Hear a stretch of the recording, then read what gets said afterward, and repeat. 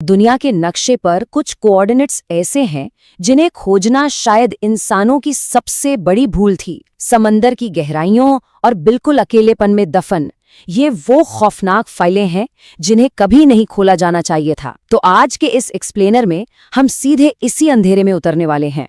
सोचिए जरा, क्या होता है जब धरती की सबसे अकेली और सुनसान जगहों को क्रूर प्रकृति, इंसानी पागलपन और कुछ अनजानी सुपरनैचुरल ताकतों के हवाले छोड़ दिया जाता है। इन केस फाइल्स में जो डार्क सीक्रेट्स छुपे हैं ना, वो वाकई रातों की नींद उड़ा देने वाले हैं। शुरू करते हैं हमारी पहली फाइल से। केस फाइल नंबर 1, भयानक विसंगतियां। यहाँ हम ऐसी जगहों की बात कर रहे हैं जहां नेचर का बर्ताव किसी एलियन की तरह लगता है, जैसे यमन का सोकोत्रा आइलैंड और चीन का गोकी गांव। सोकोत्रा में ऐसी 800 दुर्लभ प्रजातियां हैं जो बिल्कुल किसी दूसरे ग्रह की लगती हैं। और गोकी को ही ले लीजिए, एक ऐसा फिशिंग विलेज जो अब वीरान है और इस बात का सबूत है कि इंसान के हटते ही नेचर कितनी जल्दी और कितनी बुरी तरह से अपना कब्जा वापस ले लेती है। अब इस नंबर पर गौर कीजिए, 14 करोड़। ये सच में हैरान कर देने वाला है, क्योंकि ये उन केकड़ों यानी क्रैब्स की गिनती है जो क्रिसमस आइलैंड पर हर साल एक अननेचुरल सा 5 मील लंबा मार्च करते हैं। ये एक ऐसी खौफनाक आर्मी है जिस किसी को भी डरा दे। केस फाइल नंबर 2, जानलेवा तट। क्योंकि अब खतरा सिर्फ देखने तक सीमित नहीं है, बल्कि सीधे मौत से जुड़ा है। ब्राजील के इल्हा द क्यूमेदादा ग्रैंडे के बारे में आपने शायद सुना हो, जिसे स्नेक आइलैंड भी कहते हैं। यहाँ 4000 से ज्यादा गोल्डन लैंडसेड वाइपर मौजूद हैं, जिनका जहर सच में इंसान का मांस पिघला सकता है। ये जगह इतनी खतरनाक है कि नेवी ने इसे सख्ती से क्वारंटीन किया हुआ है। सिर्फ 20, ये आंकड़ा बहुत कुछ कहता है। वर्ल्ड वॉर 2 के दौरान म्यांमार के रामरी आइलैंड के दलदलों में 1000 जापानी सैनिक उतरे थे, लेकिन उनमें से सिर्फ 20 लोग ही वहां के मगरमच्छों के उस खौफनाक नरसंहार से बचकर निकल पाए। बाकी सब वहीं खत्म हो गए। केस फाइल नंबर 3, पागलपन की गहराइयां। चलिए अब फिजिकल डेंजर से थोड़ा आगे बढ़ते हैं और देखते हैं कि आइसोलेशन में इंसानी दिमाग कैसे टूट जाता है। इस टाइमलाइन को देखिए। साल 1900 में मेक्सिको ने क्लिपर्टन आइलैंड पर एक मिलिट्री कॉलोनी बसाई थी, लेकिन 1910 आते आते जब सप्लाई शिप्स आना बंद हो गए तो ये जगह एक भुलाए जा चुके जिंदा नर्क में बदल गई।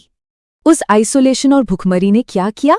लाइट हाउस कीपर विक्टोरियानो एल्वारेस की कहानी इसका सबूत है। उसने वहां के सारे हथियार अपने पास रख लिए और खुद को राजा घोषित कर दिया। फिर उसने बची हुई महिलाओं पर बहुत जुल्म किए, जब तक कि 1917 के रेस्क्यू से ठीक पहले उन औरतों ने मिलकर उसे मार नहीं दिया। ये इंसानियत का सबसे डार्क साइड था। केस फाइल नंबर 4, शापित जल। यहाँ हम इंसानी पागलपन से आगे बढ़कर श्राप और रहस्यमयी ढंग से गायब होने के किस्से देखेंगे। इटली के गियोला आइलैंड का रिकॉर्ड सच में बहुत अजीब है।